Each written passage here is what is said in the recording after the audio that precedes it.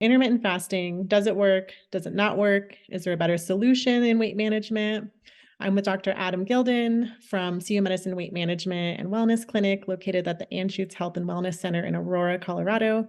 Dr. Gilden, you specialize in obesity medicine. Could you first explain what intermittent fasting is?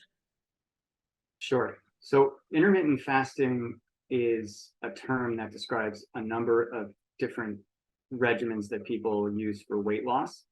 And the way that most people are using it in the US at least is they are eating from 11 a.m. to 7 p.m. or maybe from 12 p.m. to 8 p.m. and then not eating the other 16 hours of the day. There are other regimens that would count as intermittent fasting where people go longer periods of time without eating, but the most common regimen is the 11 to 7 window or something like that, eating 8 hours a day and not eating the other 16. You've recently co-authored an editorial about time-restricted eating for treatment in obesity. The findings of this piece were that diet counseling plays a huge role in the weight loss, especially when fasting. Can you speak more about this? There have been a number of studies published on this topic, and the term that we use clinically for intermittent fasting is time-restricted eating. So that's a more accurate way of describing the 8 hours of eating, 16 hours of not eating. So if a person undertakes time-restricted eating and they don't have any dietary or behavioral support, they're probably not going to lose a lot of weight. And the reason is if you eat from 11 a.m. to 7 p.m.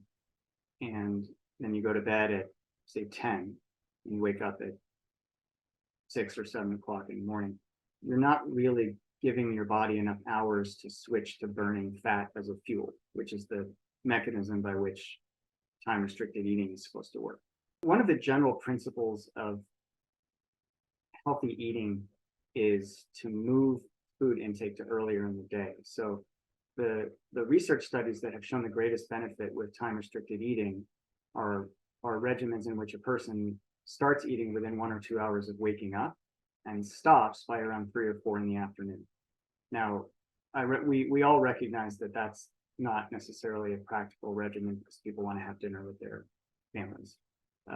But so there is a tension between what works in terms of human physiology and what works socially.